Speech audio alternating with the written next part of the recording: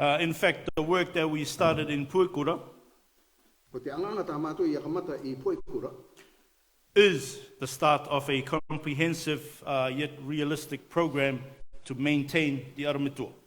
e o anganga te ia, ka anono e rai mātou, ki te ue, ka ina ora tātou ki rawi I te reira I roto I te tuanga I Puikura. As well as a numerous link roads on here, especially here in Rarotonga. E te tai o matara tukatikati ki runga I tō tātou aratapu e te Aramitua I Rarotonga nei. So, in order for me to inform the honourable member and this honourable house, E no reira, I anono I au ki oronga mai I tāko tuatua ka marama ki te me mangati e pera katoa ki te ngutuai. I will give an overview of ICI's confirmed roading program moving forward. Kai nā roa I te akari ki koutou o te au anganga tā te ICI karawe e no te au tātou ere nei ki mua. Next month we will shift from Puikura back road A tia marama ki mua ka te mai mātou me Puikura. we will shift to the Waimanga Aramitua Ka ere mātou ki te Aramitua I Waimā. in Titikawa. I roto I tuanga I Titikātaka. This road will start work in the month of April to June. Ka kamata tia nganga I roto I te marama ko apirira e tai wā ki June.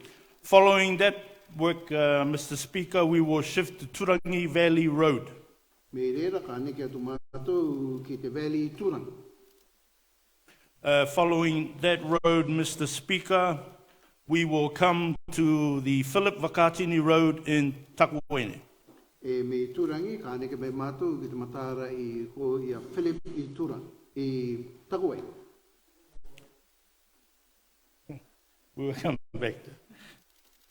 Also, Mr. Speaker, from Philip Vakatini Road, I believe we will go to the Stephen Matapo Road. But we call it the Stephen Matapo Road. E me te What is your point? What is your point of order? Point of order, Mr. Speaker. As indicated, the minister answered the question. But moving on, this is question time. We should be asking questions, not making a history of work, Mr. Speaker. Thank you. Thank you, honourable member. Tēnā oro neo te tuku atu I tāku pātu e ngai te ia I te meo ki e tuato ui anga te ia kari te akiti ki te mai te atai aka papa anga anga. Can the honourable minister run up your answer to the question? Ka tika I a koe te minita ki ako kou koe I tā apa uam. Thank you, Mr. Speaker. I'm getting the view that this information is becoming too painful for the honourable member, so I will rest. Thank you, Mr. Speaker. Thank you, honourable minister. Ki te anga tāku e aka ki te nei ki mo I te ngutuare e mamai anga no te ia mem. Thank you. Thank you, honourable minister. I see the honourable member Waito Titupa. You have the floor. E taki mata e te minita Albert Nicholas te ki te nei. Thank you, Mr. Speaker.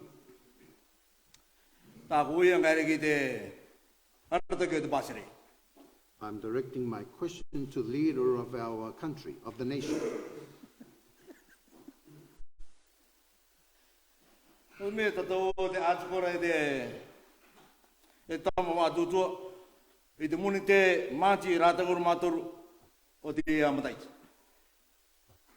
the article on the 13th of March of this year. And this article states, police and customs need to work together. ko te akawā e te tuanga o te custom kia anga kapitirao. I mua kera ka tukuri rā te uianga ki te rata ki o te pāsere, o ki te o tikone tō tātou Solicitor General Norunga, I te mana ko tāko kākai tia. And before I pose this question to our Prime Minister, I noticed that our Solicitor General is in this house.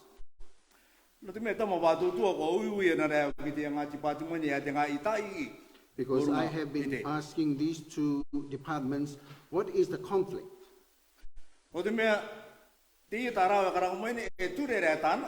Orunga itiao pa tiao arunga ermani no te pasire mo mai. What I've been told that the custom have their own act to administer upon those people entering our country. E pranga to. And Tata also, kawa. the police do have theirs. Norunga tika ite poi mai nga e te waira ko te karanga e ko te maruan. Especially the bringing of this medicine, marijuana. Norira ko ta ku yang rira ki te rata ke te pasire irina ke yang mama te kai. And the question that I want to ask the leader of our country, it's a simple question.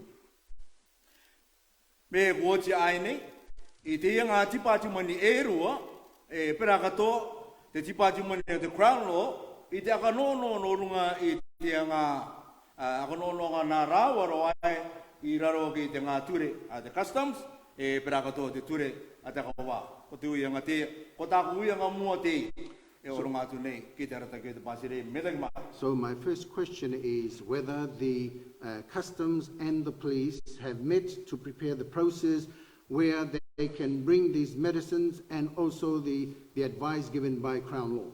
Thank you, Honourable Member. I see the Honourable Prime Minister here at the floor. Te tini au e te Prime Minister, e tū mai nei, no tau. Me te mātai te mema o matawera no te iauianga. Tau reiki aku no te mea kua o te minita o te akawa e pera katoa te minita o te customs. Thank you. From Matavera for asking these questions, and I can tell you that I'm the rightful person to be asked because I am responsible for these two departments. Karangawa e tia ngā tipātimani, mi te ngā tamariki te aku. I would say these two departments are like children to me. Wau, tō rāwa metua. I am their father. Te ere te manamana tā, hare rāwe ere mene ui mai ki te metua e ka pe e rāwa I te akatereanga I te tāmanoko anga o. And here is where the problem is. These two children of mine does not come and tell me what is the problem. I nara to mai newspaper, o ki te mai aue e mangata I te tai I koe to tātou e So koe. through this article in the newspaper, I have come to discover that there are issues. O te tamātou ui pāanga kāpiti, o te karere māta, norunga o ki te tāmana ko anga e, ka akatika tātou I te medicinal cannabis. We have met with these two departments in regards to the medicinal of cannabis. O te pinga mua, hare tō tātou ture I taui I ake e akatika ia te medicinal cannabis I tō tātou pasire. The first thing first, and that is, there is no allowance in our law for us to bring these medicines here into our country. We have not changed the law yet.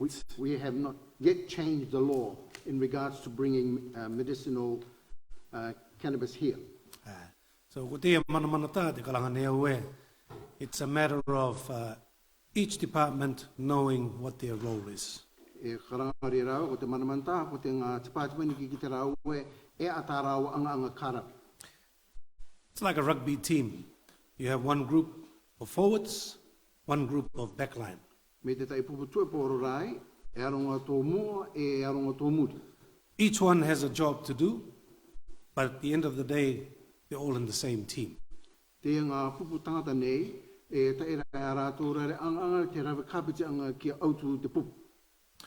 So I'm happy to report that I've met with both agencies and also with the Solicitor General on this matter to make sure that each ministry, each department is clear on what the law is currently and what their role is as two agencies of the government. Te reka ni rau, te akakita tu e kua arawe I te ngā putuputu anga te pātimani, I te uriru tutua, I te o anga tārātou karawe, tauturu I atu e te tutua me ko mai te Crown Law norunga I te. And I think it is a matter of we are seeing more people coming through, bringing their prescribed medicinal cannabis into the country. Te katoa te tai, te ki te I mai nei, e te maata mai nei, te o tangata e akakita mai nei e te apai mai ni rātou I te atu wai rākau kiro te Basile.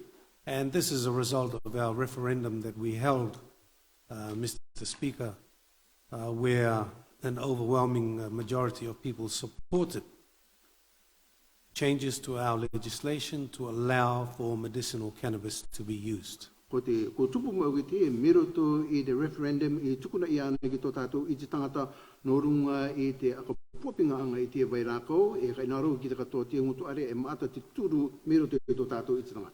In fact, I believe that 62% of the respondents supported this. This is more people than supported vote for the government. Karanga urere me te tai ono marua petene o te tangata te turu I te referendum e karanga tua urere maata mit me atura e maata te turu I te kaumani. But we are in the process of reviewing the legislation to make these amendments to allow, to see how we can apply the use of medicinal cannabis in our country. Thank you, Mr. Speaker. Te roto rā mātou I te tuato no te akarakara anga I te au ture ki aka tanu I te reira no te ariki anga I te au tū veirako noroto mai te ia I roto I to tātou I te tanga. Thank you, Honourable Prime Minister. I see the leader of the United Party, Teriki Heda. Me te mata e te Prime Minister, te ki te neo I te mema Teriki Heda. Thank you, Mark. Mr. Speaker, I have a question to the Minister of Corrective Services, the Honourable George Maggie, member for Tupapa Marera. Kaina ro I te ui tutu atu, tai tuku atu I tā kui anga, ke te tuanga o te akatikatika, ke te Minister George Angin. The question was posed last week for the last session of Parliament by the member of Matavera regarding creating a business with a particular machinery. Ua rauka mai te anga merota mai I te mema no Matavera mai, no runga I te kimi anga popinga o roto I te ministry. So I'd just like to ask the Minister a simple question. Did he purchase the machinery or was it the appropriation of corrective services? Kaina ro I te ui atu I te ui anga me ko oku mai rā ai I te tai o matini me nā te ministry te re. Thank you, Honourable Member. I see the Honourable Minister, George Angine, you have the floor. Me te ke te mema o muri anua no tā ui anga te ki te neo I te Minister George Angene, tū mai nei. Me te ke te tamatutara o te Parliament. Thank you, Mr. Speaker. Me te katoa no te ui anga e te mea Parliament o muri enu. Thank you for that question that you have asked. Tō mino ko tēnā ui anga nā wei. I think that question you're asking is watery. I te tuato I a koe e ruto I te kawaman, ko ki te takere koe nā e te machine. Because you have been in government and you should know who owns that machine. Te machine, nā te tuanga o te corrective service, tuanga nā a tantan. This machine is purchased for the Ministry of Corrective Services for their planting I raro ake I tāko akaterea o te under Parliament. my leadership. Me te ke mat. Thank you. Thank you, Honourable Minister. I see the Honourable Teriki Heda. Supplementary question, Mr. Speaker. Ui anga As tātou indicated te by the Honourable Minister, it was purchased by the Corrective Services Ministry. Me te mea tūrai, tā kōkoronga e te ako papu mai ni rā e o ku oku I te machine e te tuanga o te akatikati. I have never ever seen the machinery, in particular an excavator of 5-ton Bobcat purchased by or acquired by the Cook Islands Motor Centre at the Corrective Services premises. Sorry. During the purchase of this machinery, I have never ever seen it operating or working within the compounds of the Corrective Services. I roto I te tāku ki te mai au, ko tia machine te opo I mai, kare roa ai e taanganga I ana I roto I te tuanga o te akatikati. What is your point of order, the Honourable Prime Te ere Minister? tara o ke iwa toro te mema muri enu o tāna katere anga tuto. No te me te kimi ara e te tai apa no runga te machine no. Kai no ro takataka I tika. O te machine, nā kui ota. Honourable Minister, wait for the translation, please. I want to object to this line of question because it seems to me that the type of question is implying that I am doing something wrong. Ko te machine ko pati o te Prime Minister, ke o tamai te machine no te to anga are auri, ke rawe te o anga ta ko mana ko no te are auri, e pera ka to I te tauturu I te stand. And concerning this machine, I have asked the Honourable Prime Minister if it can be purchased for the corrective services to help with their planting, at the same time to help our people. You may carry on, Honourable Member. Thank you, Mr. Speaker. Thank you, Minister Ngatiti. Thank you very much to the Honourable Minister. The answer was absolute. For The corrective services, which means government, acquired this machinery.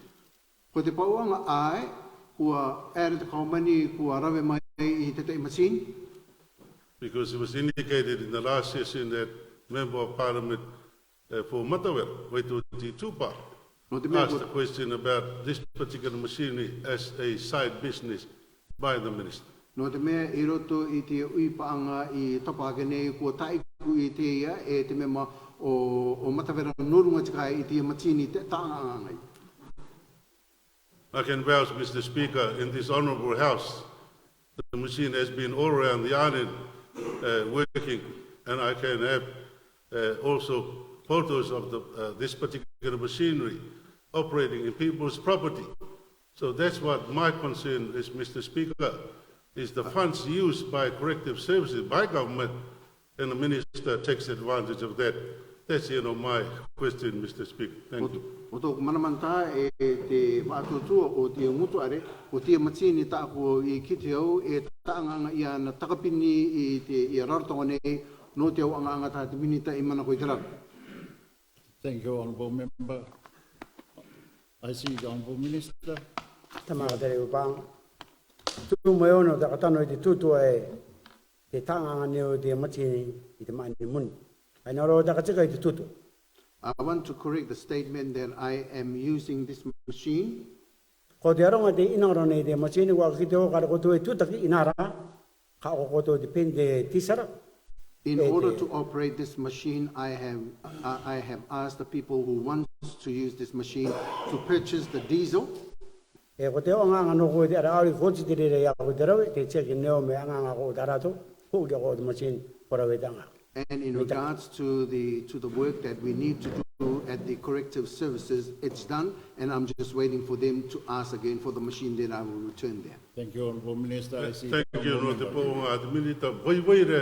Member. Mr. Speaker.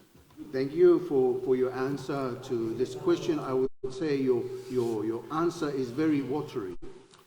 I have a question to the Prime Minister, Mr. Speaker. Ui anga tāko e nāro I te ui ki te Prime Minister. It had come to the attention of this country through the newspaper of the Kukari News about the term sabbatical leave. Kua ere mai ki te kato tō rawa, nā roto I te nuti pepa, no te tangata te ariki e ke ere e ki orte. My question, Prime Minister, is, has this been resolved? And if actual fact, has the IRD head taken this leave with pay for 6 months? And because my concern is, under our law in the country, for any holiday period, 2 weeks is ample. But this one, for 6 months, Prime Minister, and because the salary he collects, I believe. Tēnā reneo I te ui atu I te ui anga ki te Prime Minister, norunga I te tangata anga a te tero, he kua Patia e te taitika anga nono ki oro te e ono marama e ku aere atu e tāku irina ki e ku tutaki e aia I tōna aere anga e I tāku I marama e rua rai e patoma e katika I ante te tangata ki aere ki oro te. And because I read with the comments by the head of Ministry of MFM regarding one of the reasons, the hard work this gentleman has done on behalf during COVID E ko te tai tumu au e ui nei I te ui anga no te mea ko tutua te tangata maata o te pai o te muni e ko te tangata e tangata anga whakari e tāna tu anga anga. There are many of those volunteers, unpaid, hours of support as indicated and commented by our Prime Minister, which is rightly so. No So- te mea, te akarani au, te tai o te aututo, ta te Prime Minister ia kita mai te waini te tai o tangata, anga nei tawini nei tō tātou pāsiri kare rātu e tutakia. So I ask Prime Minister, is this been resolved? Is this the actual truth of the matter? Ina, Thank you, Mr. Prime Minister. ina ni rau te ui atu I te ui, anga ki te Prime Minister me korau ka te akatika te akara ki roto I te. Thank you, Honourable Member. I see the Honourable Prime Minister here. Thank you, Mr. Speaker. Thank you, the member. And now we are. Thank you, Mr. Speaker, and thank you, this honourable member, for that question. I think this is a new thing in our country to hear about a sabbatical. Tōku mana ko e apinga o te ki rongo tō tātou I se tāte ki kete norunga I te tika anga ke eri kia orte. I know in New Zealand, in some industries like legal firms, lawyers may take an extended amount of time, 6 months, to take what they call as a sabbatical. Ko ki te aue I roto I te pāsiri o ko nutireni, I roto tika I te tuanga o te anga a te o loia, te waini te tai o waronga mama ata me ere rātou, me orote e apena rātou me te tai ono marama. I think this, the more accurate term to use would be a leave of absence. Ara ngā ure rea ko te akataka anga no te tuanga nei ko I o ki te ere anga koe kare, te ere anga kare koe kone. However, this is a matter between the head of the ministry and his staff. Ko te akatika ko te akanonoanga te roto pūra I te rira I te upoko o te rira minitiri. And it's something, as the Honourable Member pointed out, a number of our people who were involved in the COVID years, many of them were overworked and burned out. Kua taura e rira ki te totua ia mai e maata te o tangata I turuturu I tātātou kaumani te tuata te kai o te amaki COVID e ka karanga tāu e rira ko tai ki te kōtinga kua apikipike me kore kua utungitungi I tō rātou maruru. So obviously the head of the ministry has seen that he supports the request from his head of RMD for a 6 months leave of absence. E une ka te rau e ko ki te rai te upoko arataki o te tuanga o te muni no te anga tā tia tangata e rawe nei I roto I te pai o te tiro I oronga I te taitika anga ki ere ei no te tai ono mara. Furthermore, I'm advised by the head of ministry that this leave of absence is without pay. E kua kita katoa ia mai ki a koe ko tia tangata I tōna ere anga no te orote kua ere e kaere ei tutakia. But as we know, Mr. Speaker, good qualified workers in our country are hard to come by. E kai nā roto au ki te tātou e ko te o haronga anga marurui e te mitaki o tō rātou pepa anga kare ngui o e te rauko mai.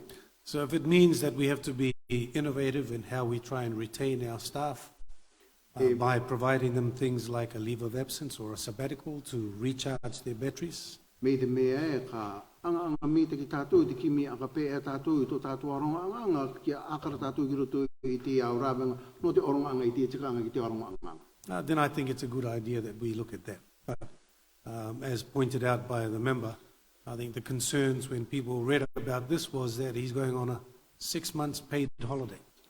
E te tano wara te ui anga norunga I te ia, e tika anga rai tō te o tanga, te kere rātou ki aka ngaru no te tai ono marama, ko te aka tika anga rā, ko te tanga te tōna ere anga kare I tutaki. Yeah, so from what I understand, Mr. Speaker, it is 6 months leave of absence from the job, in which he will then, I understand, will be returning back to the job. O te ere tāku I marama, Thank you, ko Mr. ere Speaker. ei no te tai ono marama, e me oti o te re tuatau ka oki ako mai kirunga I te anga e anga ana. Thank you, Honourable Prime Minister. I appreciate the answer to the question, Prime Minister. My last question, Mr. Prime Minister, to you is that last week 52,000 was raised by Tauturu Aotearoa. My simple question is government going to sort of be part and parcel of the contributions that our people have raised Tauturu Aotearoa? Thank you, Prime Minister. Me te kimata no runga I ta opawanga e te ere atu nei tāku ui anga no runga I te kimi anga umuni te roko mai rima o marua tausin tāra. Honourable Prime Minister. Thank you, thank you, thank you, Nodana Uia. Thank you for that question. I think it's a wonderful effort by the people of the Cook Islands to be able to raise over $50,000 towards the cyclone relief in New Zealand. Akaranga oe e maruru e mata te ia miroto mai tika e tō tātou iti tangata no tō rātou ngāka o oronga i te tauturanga i tō tātou taegi i te enua ko nutire ni roto i te tātou te uri. The government is mindful that with taxpayer funds we do have a lot of requests, and amongst them this year we heard the question about whether the government was putting money towards the 200 years church celebration.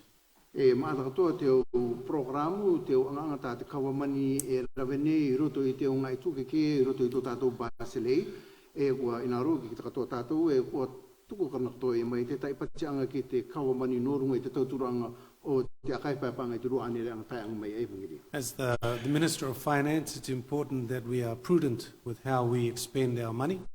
I te mea kua o te harataki, kua o te minita o te moni, ka nono i e tātou ki matakite i tā tātou o akapo ngā munu. And I think the efforts done by the fundraising committee for the Tauturu Aotearoa has demonstrated the people's support for that. Te o anga i reira, te rawe ia e te putupuranga no te tauturuanga i Aotearoa, e aka marurui e te tātou i te tangata te tuku ki roto i tere. What I've indicated to my team at the Ministry of Finance is that I'm more likely to support these initiatives that go to countries that are in far more need than New Zealand. Tia tāku i aka ki te au ki tō mātou putuputuanga e ko tā tātou tauturu i inarawa ki au e ke tae ki te o pasire e anu mata ne i te tauturu mea tātou. And we're mindful that only a few weeks ago the country of Vanuatu was hit by 3 cyclones and an earthquake in a very short space of time. Ai nā ro, kia ka maara katoa ki tātou e kua nā rotoa te enua o Vanuatu e te tae o manamanta te uri e te ngā ruerue enua I roto I ngā tātou hiti.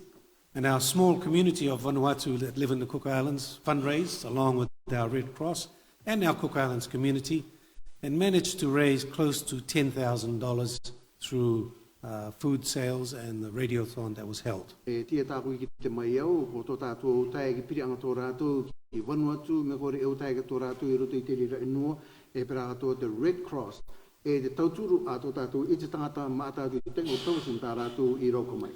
And this is a worthy cause that I feel our government and our taxpayers should be putting some money to support a fellow Pacific Islander that is in a much more needy position than our friends and family in New Zealand. I roto I rere tōku mana ko ko te tai tuanga mita ki te e te pōpinga te karauka I te tāku kaumani e tātou I te tauturu I te au taege e ko ngere tika e rātou me Vanuatu e te akaite atu ki a nutire.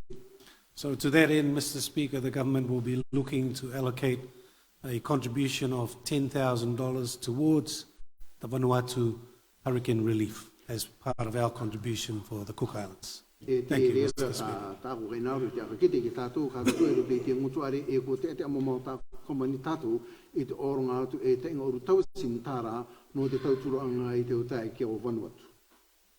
Thank you, Honourable. Excuse me. Thank you, Honourable Prime Minister. Thank you, Honourable Members. We have come to the end of our question time. Me te kimata e te Prime Minister no tā au o Pauanga. Me te kimata e te member o te ngutuare ko tae rai tātou ki te openga o te tuatou hui anga tutua. Orders of the day, second readings of the bills. Te anono anga no te ara ko te au ture tamana. We will deal with the bills in order of appearance. There's a slight change to the appearance on the order paper. Our first bill for the second reading is the departure tax amendment bill. E tātou nei ki runga I te ture tamana ho, no runga I te ture tero o te akaruki I te Baselei.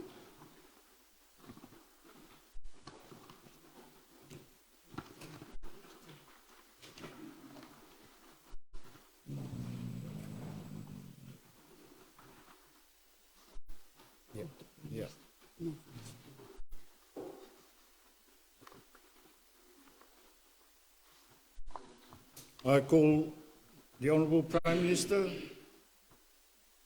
for the second reading. Te kapike atu nei au I te memanga te Prime Minister Mark Brown no te tau aka kiu anga te ru. Thank you, Mr. Speaker. I move that the Departure Tax Amendment Bill 2023 be read for the second time. Te tu nei au I te toko atu te aka kiu anga kia te tau ia te ture tero no te akaruke I te Basileia no te rua te tai. Thank you, Honourable Prime Minister. I call for a seconder to the motion. Me te ki te Prime Minister te teki nei au I te tangata I te turu I te aka kiu. Seconded by the Honourable Tinka Erikan. Ko turu ia te memanga te Tinka Erikan. I now open the floor to Honourable members to speak on the principles and merits of the bill. Te nao nei au te tuku atu ki te ngutu are no te tai wātanga te ki tōtua mai norunga I te au mea pōpinga norunga I te ture. I see the Honourable Prime Minister here have the floor. Te nei au te Prime Minister no o tau. Thank you, Mr. Speaker. This is a very straightforward bill that tidies up some administrative matters relating to the departure tax. Ture aka tuke mama o te ia, kanono I ke rawe norunga I te tuanga o te ture. Our members will recall when we first came in to government in 2011, one of the first things we did was to incorporate the departure tax into the ticket of paying passengers. Me te marari tātou I te mataiti ruanga o rutenga o rumatai, I te tuatou I akamatai te tero nei no te akaruke I te basere o ko tāru e te rera ki roto I tō tātou tiketi me o tātou. Some of us remember the days when we had the departure tax booth at the airport, and when you went to leave, you had to go there and pay $40 to get your departure tax receipt before you could get on the plane. E te mata me te mara ko I tātou I te o tātou rawaraia ka karuke tātou I tō tātou basere e mea opati nengi ka teta I ka aeroporto e tātou ki reira ka tutaki I tō tātou munitero e me te anga o tāra e reira e akatika I tātou ki akaruke te basere. And previous governments to that, Mr. Speaker, could not find a way to get the airlines, to compel the airlines to incorporate the departure tax into their ticket like it's done everywhere else in the world. Ko te tumo ki tia, ko te o kamani o mātu ka rirau ka ni rātou I te tauru mei tia ki roto I te o tiketi o te tangata me oko rātou I tō rātou tiketi. In fact, I recall very distinctly those years ago, the senior management of the Air New Zealand were saying that if we put it in the price of the ticket, we're going to see our tourism industry decline. Te marani a koe ko te o aka aere te o roto I te company Air New Zealand, tā rātou pāruranga me te mea ka tāru I te tero ki roto I te muni tiketi ka topa mai te numero te o tangata ka aere mai.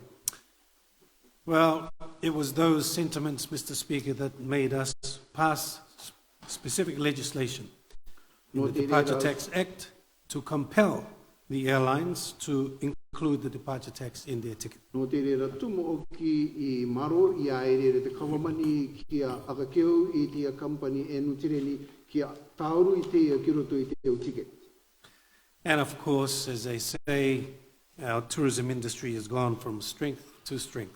E me tātou I ki te I roto I te akarakaranga tuatou ua me te ki ua aturai te tuanga o te turoto e ku maru tutu o aturai.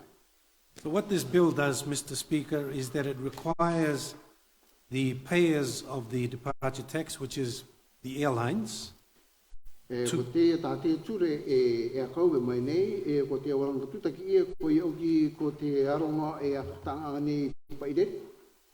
it requires the airlines to file monthly departure tax returns.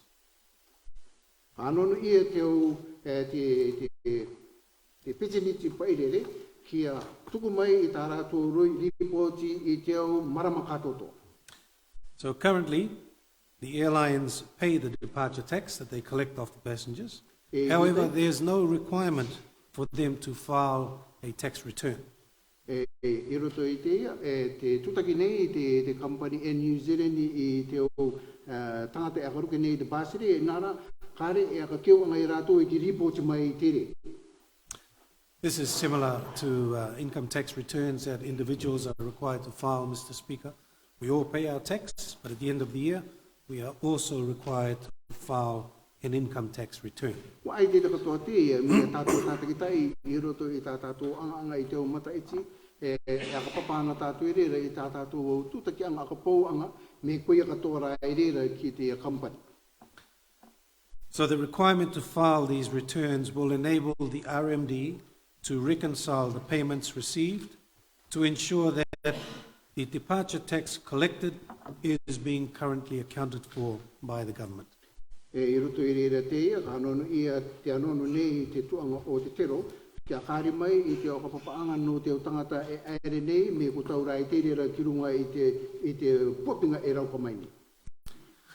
The bill also allows the collector, the RMD, to determine the method in which the return and the payments are to be submitted. Ko te ature, te oronga katoa ni te reira ki te harataki maata o te koitero, no runga I te tutaki anga o te ka tutaki e te o muni e roko mai ni kia. What this means is it will allow a requirement for them to be able to submit electronically their payments and their returns, E no runga I te karau pe rātou e te tuku nā roto e te tutaki anga electronic e te ripoti anga no runga I te reira.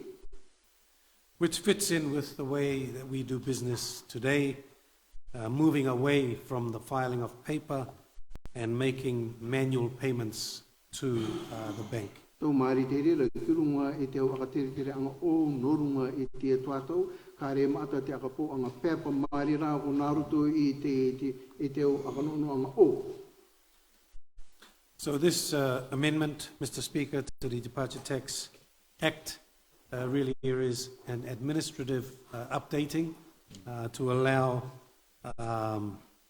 the returns to be filed, but also to allow electronic payments and electronic filing of returns. O te ature nei reira, oronga mai I tata I au rāwenga o, no te aka māma mai I te au repo te anga no runga I te reira, e no te aka papaanga o te au popinga e rauka mai ni I roto I te aka rukeanga o te basere.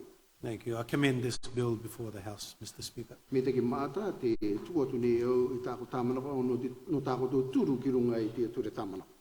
Thank you, Honourable Prime Minister. I see the Leader of the Opposition, the Honourable Tina Brown. You have the floor.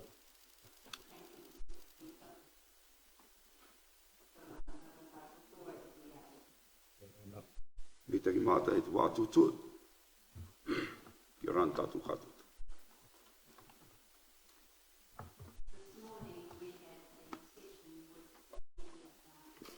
From MFM. I te ia popungi. Ui pātu mātu I roto te tāputaianga I roto te kōpapa o te MFM. And the purpose of the meeting was to assist us with the 3 tax bills that are before this House today. Koronga te uipanga marira. No te ākara matatio te ki roto I te tuanga o te tero. Ki roto I te tuanga.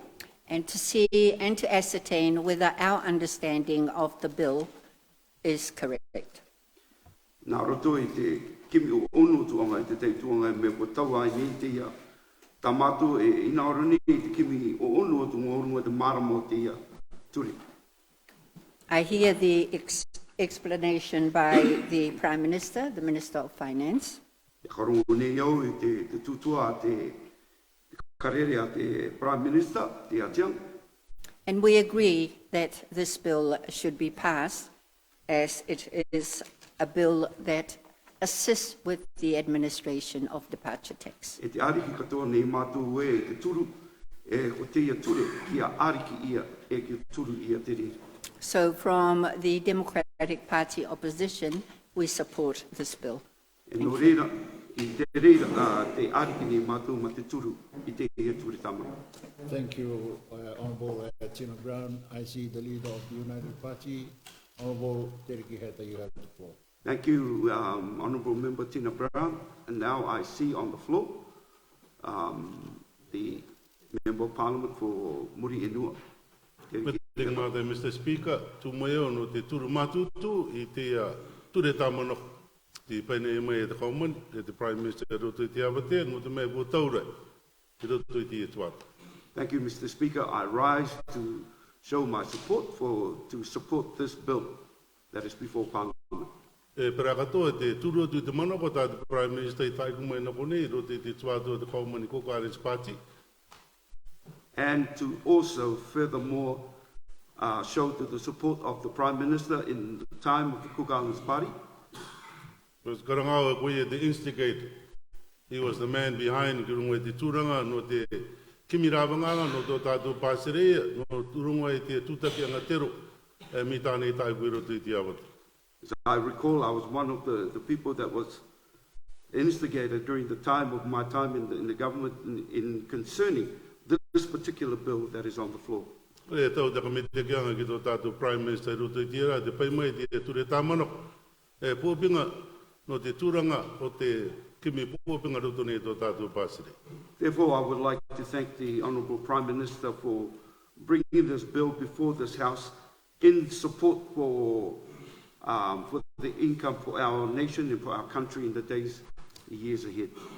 Ture me te mana ko te rataki o te Democratic Party roto I te era, turu mātutu, Honourable Senator, Prime Minister, tēnā tā mātuturu.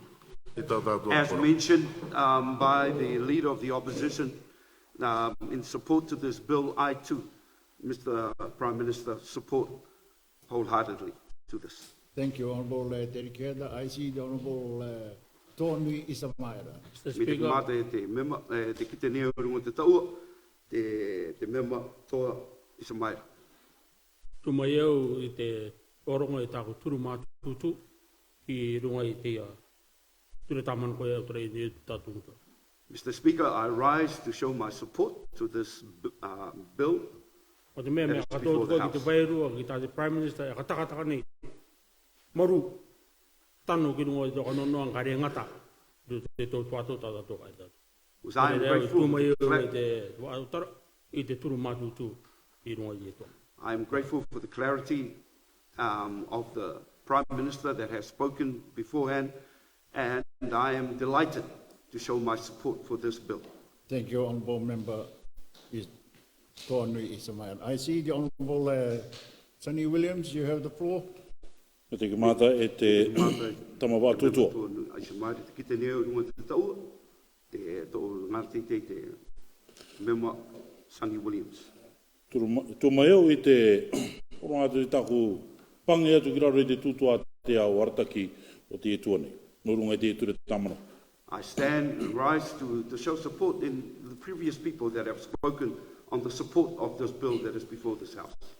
Wakara e tirira e tamawa tutua me katika I oropoto nao ki te muri motia te tai I reo no tire tua. But before I do so, Mr. Speaker, please allow me a time that I may speak to the people of Te Murimutia. Kia rana te ititangata o Titikawa ka karongo mai nei. Greetings to all of the people of Titicaca that are listening in. Manga tutu o tāko I topa e roto I tāko akametike ngai nanei anō no ki a akarawa akapou I te atiam. There is something I wish to comment about, which I may have overlooked yesterday as I spoke.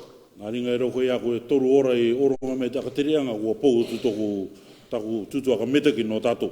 If only I was given a time of 3 hours, perhaps I would have spoken everything that was on my mind then. But please allow me this time to make mention of it. Nā rai nā roau I te akakite a te mana kai ora ono tā tātou wrap-up I Titikawa I akamutu atu te tēta ua roa te tiakia. May I also make mention now that on this coming Saturday at 6 p.m. will be our wrap-up for all of our people in Titicaca. No te tēnā, mana kai horon ki te punanga o te CIP, ko Kalen Pati, ko ia EM, rako Mama Moiro. And that is at 6 p.m. on Saturday evening at our puna at Iam and Mama Moi's place residence in titi kauka. Te karongone o te atua te invite mene i a rātou rea ki mai. I hear on this particular side that they have been hearing and then they invite them to come along. Haere mana tā, trau aere mai ma te ki. I have no problem with that, but please come with everything in your hand to give. Te tūtua no tā tātou kai catering i tika, ka rera ki te o mama, ka tika riri nui rea te o mama ki a anga rea rātou ki a tunu kai. And our mamas have also inclined to me that they will not be given just a small feed, but it's going to be a major feast. No rea, hai ai wareire, kua akamata tā tātou tunu kai i te kainga i a maua, ka aere tue tātou ane mana kai. So on Friday evening, we will begin the preparations for the food for Saturday at my place before we go take place at Saturday afternoon. Te ronga e ui mene no te inu no te me kaina ro ko te akariri tō paire, pa me rea tō bensini akariri tō paire. To those of you who wish to bring your alcohol, yes, you're invited. You can bring your own alcohol, but we want to fly a plane and bring your own fuel to go with the plane that will take off. Tama wā tōtō ngaro i te rekarekau tū mai neo no te tutua a te minita no te tuanga o te tango anganga, haisi ai.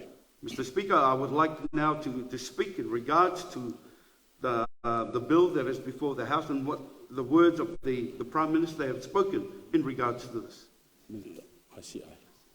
I, Minita o te ICI. the Minister of the ICI. Tana akapapanga tutua no te o nganga o te matare tūmani. Member, Honourable Leader of the Opposition.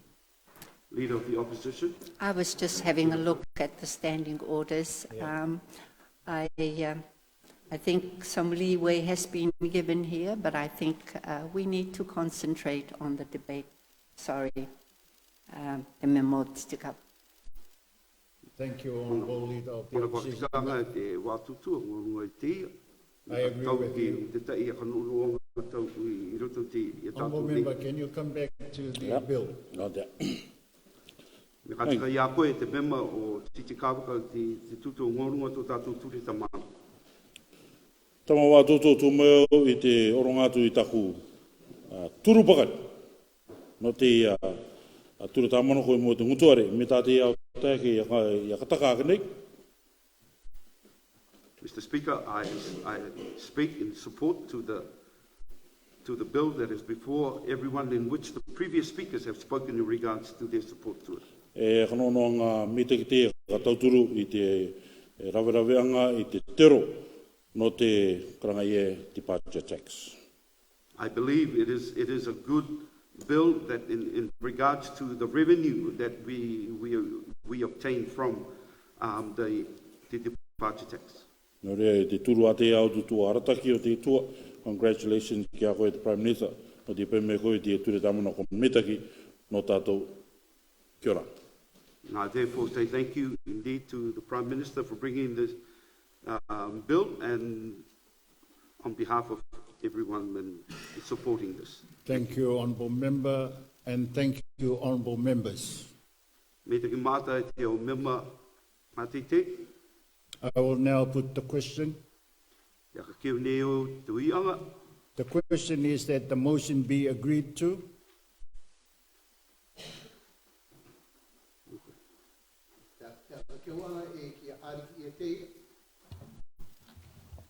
Those in favour say aye. Te ariki te tutue aye.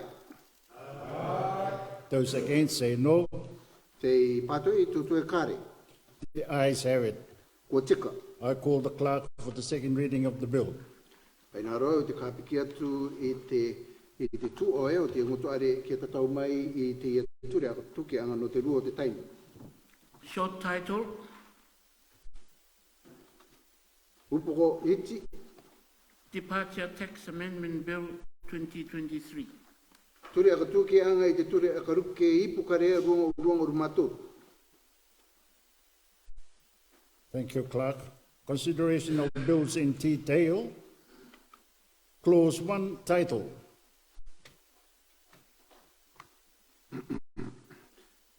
Ke tau ki te manako te kānona e tātou ki akarakara I roto I te ngutu are, norunga I te irawa mua te upo.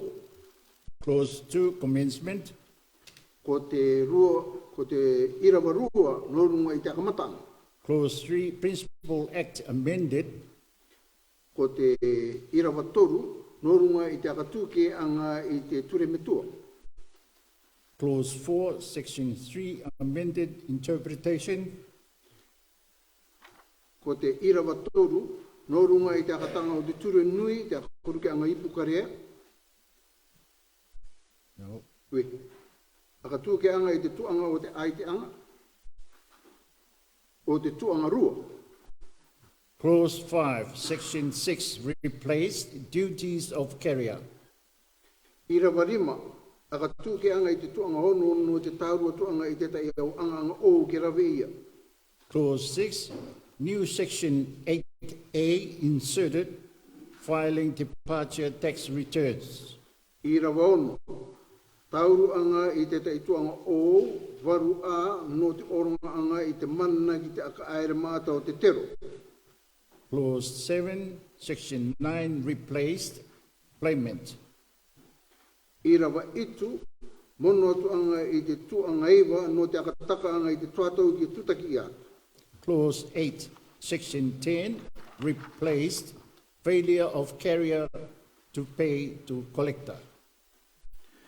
Irawa waru, mono atu anga I te tuanga tainga uru no te akaora anga I te utunga no te tawareware I te tutaki anga, I te akaruke ipukare. Clause 9, section 12, replace refunds. Irawa iwa, te mono ia nei te tuanga tainga uru marua no te anoa no I te upa ereriki mi poping. The question is that clauses 1 to 9 stands part of the bill. Ko te akakeu anga kia vai te kau irawa tai e tai o atu ki te irawa iwa e tuanga no te ture tamana. Those in favour say aye. Te ariki tutue ai, Those against say no. te pato I tutue kare, The ayes have it. kua tika. Long title.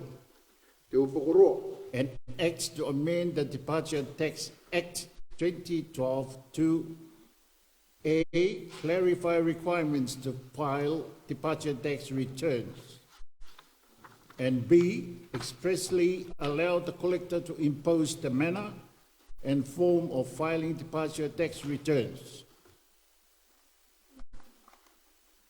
me mua e ture nui te akatuke I te tero nui tero akaruke I pukarea ruanga o tenga o marua, aka marama anga no te anoanu ke tuku ia te tai akapa anga no te o tero akaruke I pukarea te ko ia e pera, te akatika anga I te aka aere ko I tero, kia oronga I te akanono anga e te turanga no te akapapa anga o te tero akaruke I te pukarea.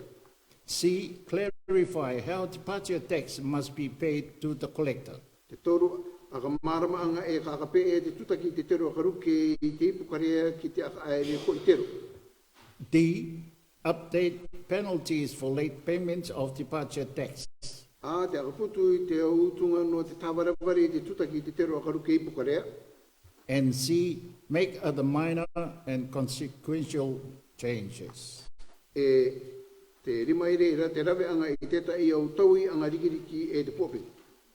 The question is that the long title stands part of the bill. Ko te ui anga e kia vai rai te irawaroa e tuanga no te ture tamana. Those in favour say aye. Te ariki tutue ai, Those against say no. te pato I tutue kare, The ayes have it. ko tika. I'll call the Honourable Prime Minister for the third reading of the bill. Te kapike tune iau I tonu ngati te Prime Minister no te akakeu anga o te toru o te taimi. Mr. Speaker, I move that the Departure Tax Amendment Bill 2023 be read for the third time. E te tamawa atotoa, te tune iau e te akakeu e ke te tau ia te ture tamana kua katuke no te akaruku ipu kare ronga uru mātoru no te toru o te taimi. Thank you, Honourable Prime Minister. I call for seconder to the motion. Me taki no te akakewanga te tsekini iau te taitanga tai turu I te. Mr. Speaker, I rise to second the motion. Seconded by the Honourable Tinka Edikana. O turu e te rera e te me mga titi tinka erikan. The question is that the motion be agreed to. O te ikianga e ki ariki e te iaka kewa. Those in favor say aye. Te ariki tutu e ai, Those against say no. te pato I tutu e kare. Ayes have it. Kua tika. Long title, Ko te upokoro, an act to amend the Departure Tax Act 2012-2 ko te ture roa e ture nui I te akatuke I te ture nui ture akaruke I pukarea rongo tengo maru. A. Clarify requirements to file departure tax returns. A, akamaramaanga no te ano no ki tuku I te tai aka papaanga no te o tero akaruke I pukarea te iko I ia. And B. Expressly allow the collector to impose the manner and form of filing departure tax returns. E rua ka tika anga I te aka aere ko I te ro ki a oronga I te aka noanga e te turanga no te aka papaanga o te tero akaruke I pukarea. And C. Clarify how departure tax must be paid to the collector. E toru aka maramaanga e ka aka pe e te tutaki I te tero akaruke I pukarea ki te aka aere ko I tero. And D. Update penalties for late payments of departure tax. Di aka putu I te utonga no te tawarawari e te tutaki tero akaruke I pukarea. And E. Make other minor and consequential changes. E te opangar e rave anga I te tai au taui anga rikiriki e te pōpiki. Thank you, Clark. Honourable members, that completes the first, second, and third reading of the Departure Tax Amendment Bill 2023. E te o mema o te ngutu are. O tae tātou I rere I te openga o te tatauanga o te tauanga mua, te rua o te tauanga e te toru o te tauanga no te ture tāmana ko aka tūke no te akaruke I pukarea. Rongo o mātou. We will, yeah. We will now move to the second bill, Value Added Tax Amendment Bill 2023. E tātou I tēnei ki runga I te Value Added Tax. ki runga I te ture tāmana ko aka tūke anga tero akauta. Rongo o mātou. Page 8. Page 8. Thank you. I now call the Honourable Prime Minister Mark Brown to move for the second reading of the bill. E nā neo te kapiki atu I te Prime Minister Mark Brown ko tā au aka keu anga norunga I te. Thank you, Mr. Speaker. I move that the Value Added Tax Amendment Bill 2023 be read for the second time. Me te kimata e te wā tōtua, te aka keu ni au, e ko te ture, tero a kauta rongo mātoru te tatau e te rera no te rua o te taimi. Thank you, Honourable Prime Minister. I call for a seconder to the motion. Me taki e te Prime Minister, no tā waka keuanga, te check ni au I te tai aka keua, I te tai tauturua. Mr. Speaker, I rise to second the motion. Te tuatu nei au, te oronga I tāku turu no runga I te aka keua. Seconded by the Honourable Tinka Erikana. Kua turu ia e te me mga te tinka erikan. I now open the floor to Honourable Member to speak on the principle and merits of the bill. Ina te oronga te te aka tuera ki te te ua tangata no te tutua mai te mea puapinga no runga I te ture. Honourable Prime Minister, you have the floor. Te ni au, te Prime Minister, no o tau. Thank you, Mr. Speaker. Our honourable members will recall that this bill was actually ready to table before Parliament adjourned due to the last election. E me te maararia koutou e I roto I te ngutu are nei te ora I topo pumuri kua apaini ia mai na te ture tāmana ko e kutukuna ia mai. And some of us may recall before COVID, the Ministry of Finance had undertaken a review of our taxation. E te marari o koto I mua ke te maki COVID te kātai mai e, ko ere mai te tāmana ko angai ki akarakara ko ia tātātou tero. Our country was on the verge of graduation. Our income levels had risen considerably. I roto I te rere tuatou, ua waita tātou ki te tuatou aka tau anga ia tātou, aka ngāti ti anga ia tātou. So it was timely that we reviewed our tax policy to see whether there was a need for adjustment. E roto I rere te akarakara matati o ngā mātou ko ki te e mai e kānono e tātou ture tero kia akatanoi. However, of course, COVID came into the country, or came to the world in 2020. I roto I rere I te rere tuatou e akarakara I ara ki roto I te pō tātou ki te maki COVID. And that tax review was put aside. Ua tuku ke I atu te akarakara ki roto I te ture tero. And other measures were needed to change some of our tax to allow us to go through this period of reduced income and the COVID pressures that were on the country. I roto ki rere I te rere tuatou I akarai mātou te kaumani e kia karuki I atu te tai au tuanga no te tauturu anga I tō tātou I te tangata I roto te kai te tuatou o te maki. And one of the measures that we'll recall in 2020 was a increase in the tax-free threshold. E me ko te tai rere tātou e maara nei I roto tira I re tuatou no te increase in the tax-free threshold. Te apai mai I te muni maata ki runga I te threshold. I te waito o te tiro. And also some of our members will recall there was a relaxation on the requirement to pay provisional tax. E te maara katoa I roto e oronga I te tai tikanga I ke tātou tō tātou I te tangata ki tutaki tā rātou tero no te tai o tātou me karauka I rātou. One of the things we looked at, Mr. Speaker, was how do we reduce the burden on business in terms of the administration of VAT. Ko te tai katoa tā taku kaumani I akara norunga I te akaiti mai I te apainga ki runga I te opitiniti I no tā rātou tuanga o te tero. So currently, every month, there are approximately 1,000 VAT returns that are filed each month. E roto I te tuatou te kai, me te I roto I te o marama e pōna me te tai tōko sini au VAT. Akatakanga norunga I te. What with VAT? Norunga I te tero akauta. Tiri.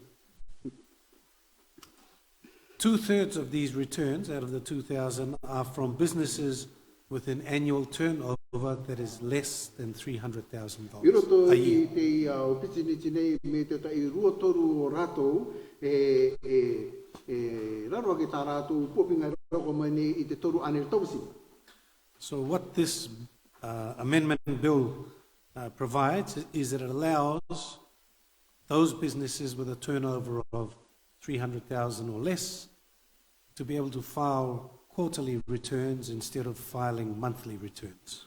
Ko te rera tā te ture ka tina mo karauka I te aka tina mo ko te au pitiniti rera e roko mai nei tā rātou muni I raro ake I te tonu are tawasini kare rātou e tuku ako o mai I tā rātou ripoti I te o marama I nara I roto I te o kota me kare toru marama. So this has the potential, Mr. Speaker, to reduce by 42% the number of VAT returns that are filed each month. Ari te rera I te aka iti mai me te tai anga uru marua petene no te anoanoanga e kia tuka kia akaria mai te waka anoanoanga norunga I te tero akauta. Or to put it another way, it has the potential to reduce by up to 5,000 the number of VAT returns filed each year. I roto I te rera tātātou kārawe karauka I te aka iti mai I rarua ki te matawasini hau ture akauta no te matai. So what this means for these small businesses, Mr. Speaker,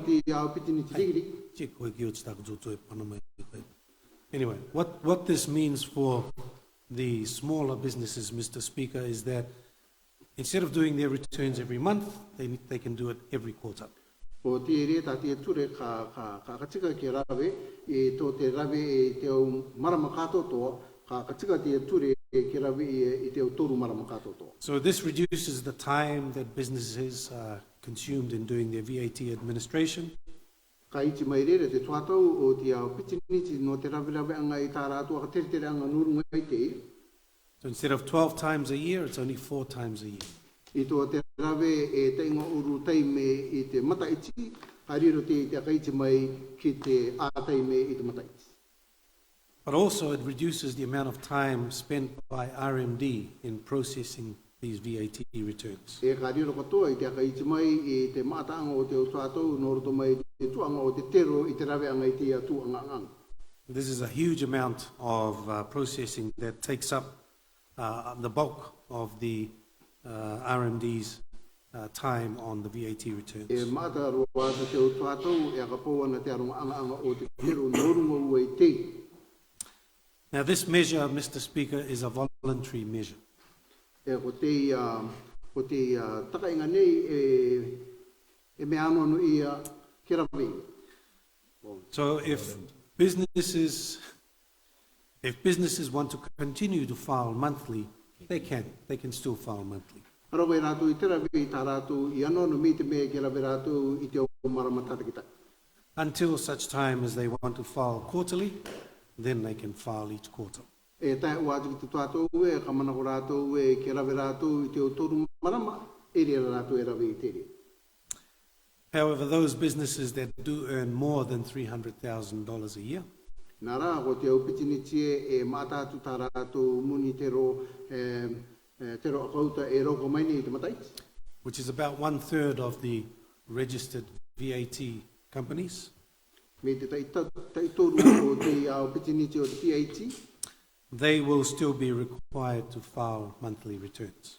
ka anono i a rai rātou ki a tuku mai i tā rātou akapoanga i te o marama katotoa. And if your business does grow and exceeds the $300,000 turnover, Me te mea tuku tā au pitiniti e mātātu i te toru ane tōpitin te karoko mai. then you will be required to file monthly returns. Ka anono i rera te rera pitiniti ki a tuku mai i tā rātou akapoanga i te o marama tātakita. It is hoped, Mr. Speaker, by this amendment to the VAT bill, the VAT Act, Ko te mana kono anga i rera ko tā te ture akauta ka rawe. in one small way can help reduce the business burden and administrative burden on both the businesses and also on the RMD. A rira te rera i te akaiti mai i te apainga ki runga i te au pitiniti e perakato i te aronga anga o te tero i te rawe anga i te tuanga anga. I commend this bill to the House, Mr. Speaker. Thank you. Te inaro atu ne, te tuku atu ne e au tā tāmarawanga ka keo norunga i te ture aka tuki anga ki mua i te ngutuari. Thank you, Honourable Prime Minister. Before we take a break, Me te ki mata e te Prime Minister i mua ka tātou ka ngaru i e. I would like to invite the SG and his staff to invite them to have dinner, lunch with us. Mai nā roa i te pati te aronga anga o te ture kia era mai ki kai maang kapitato. I now suspend Parliament Te ngaru nei te uipanga Parliament. until 3:15. E tai ua atu ki te tenga urumari miniti pati te orotu.